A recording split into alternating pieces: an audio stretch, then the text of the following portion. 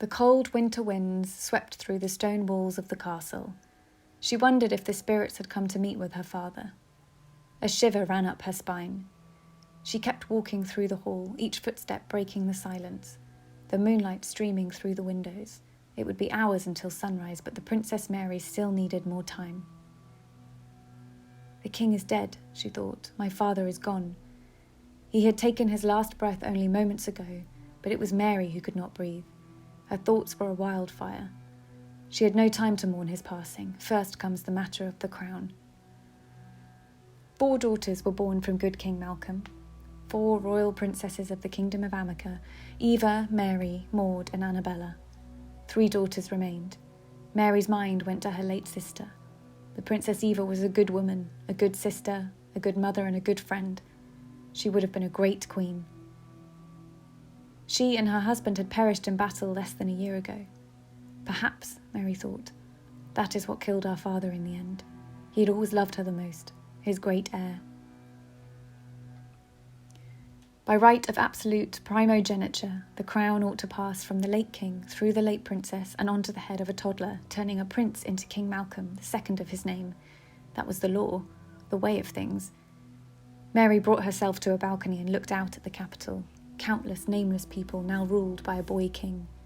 The cold winter winds made her numb. Crowning a child is folly, Mary thought to herself.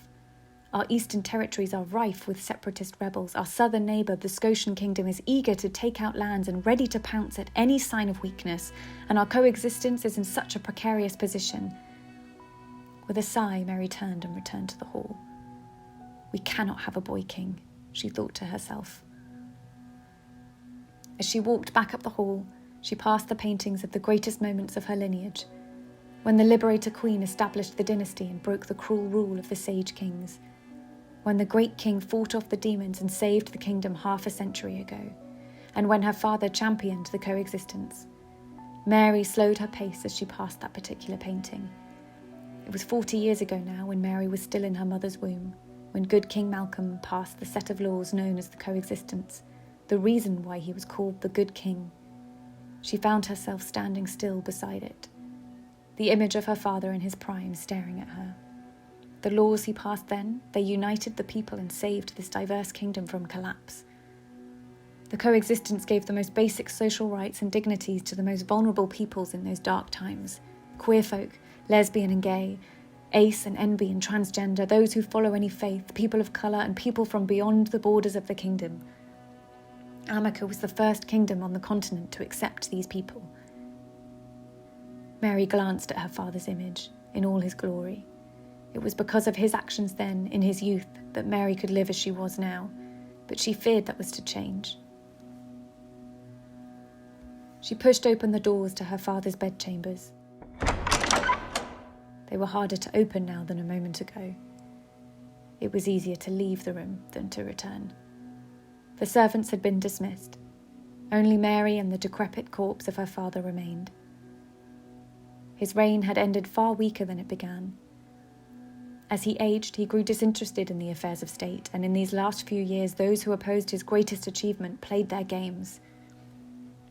The window of discourse has shifted, Mary thought to herself. Regressive rhetoric infected our kingdom. She saw it happen, she fought against it, but without her father's support, the disinformation and fear-mongering reigned in his stead. Many now seek the coexistence's repeal. She looked on at the withered face of her father. This was the kingdom he had left behind. An infant sat upon the throne of Amica invites 1,000 problems, but a regent has a host of its own. Mary began to pace the room in thought. Shadows of dust swirled around her.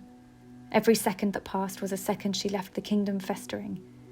Under the law, a council ought to be called, one of lords and ladies, dukes and earls, barons and priests, anyone worth a damn, and they would choose a regent. She knew the state of things. They would not choose her to rule in her nephew's stead. They would choose someone who could be swayed their way. All it takes is the stroke of the quill, and speaking with the breath of kings, wearing his hollow crown, that regent would do the bigot's will, and the coexistence would be gone, and countless innocents would be in danger. Mary stood over her father, his crown resting on his frail chest. She could so clearly see the events that would transpire if she did not act. She had sat on his council and advised him for years. She had spent her whole life in the king's court. If anyone knew crown politics, it was her. She could defend the kingdom from the Scotian army. She could maintain their hold over the eastern territories. She could uphold the coexistence for years to come. I could rule, she told herself, at least until my nephew came of age. She was committed now. She held her shaking hand out, raised over the body of her late father, and she took the crown. Temper my mind, she thought to herself. Long live the Queen.